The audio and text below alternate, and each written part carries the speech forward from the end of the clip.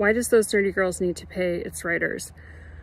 I want to talk about 3 reasons. The first one is that women in academia do a disproportionate amount of the unpaid, unacknowledged, and unpromotable labor, including administrative tasks, service, mentorship, and so on. Expecting women who are academics to contribute to writing platforms for the public without compensation, I think just perpetuates this cycle of disadvantage, and I don't want to be a contributor to that.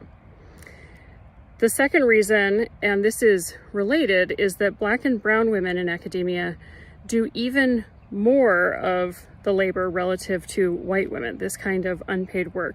And personally, over these last 3.5 years, I have found it uncomfortable, and I think it's unjust to ask women of color to contribute their expertise to us without payment. I think we should not be a part of that problem, but a force of change. And then the last reason is sustainability. It takes a lot of effort to train up one of our writers. And what we see is that we have fairly high turnover because we all have other demands on our time. Relying on voluntary contributions is making our operation unsustainable, and it impacts the quality of the content that we can offer. I think that if we truly value the content and the perspectives of Those Nerdy Girls and operations like it, then professionalizing this effort is really the only way forward.